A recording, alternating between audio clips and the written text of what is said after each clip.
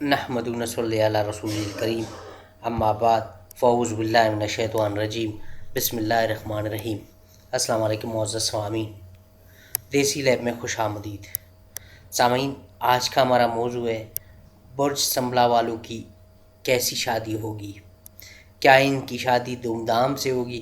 کیا ان کی شادی میں کوئی مسئلہ مسائل ہوگا؟ یا کیا ان کی شادی بالکل خاموشی سے ہوگی؟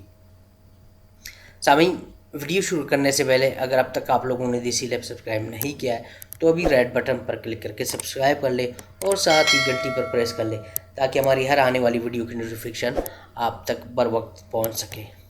سامعین، برج سنبھلا کے حامل افراد ہر چیز میں کمال پرست ہوتے ہیں اور ان کی شادی کی تقریب بھی ہر حوالے سے مکمل ہوتی ہے۔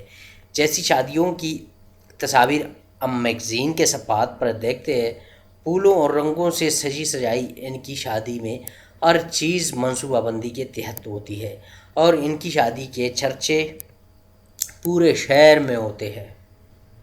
سامعین، اگر یہ ویڈیو آپ لوگوں کو اچھی لگی ہے تو دیسی لیب سبسکرائب کرنا نہ بھولیے اور ساتھ ہی اس ویڈیو کو اپنے دوستوں کے ساتھ شیئر بھی کیجیے۔ شکریہ۔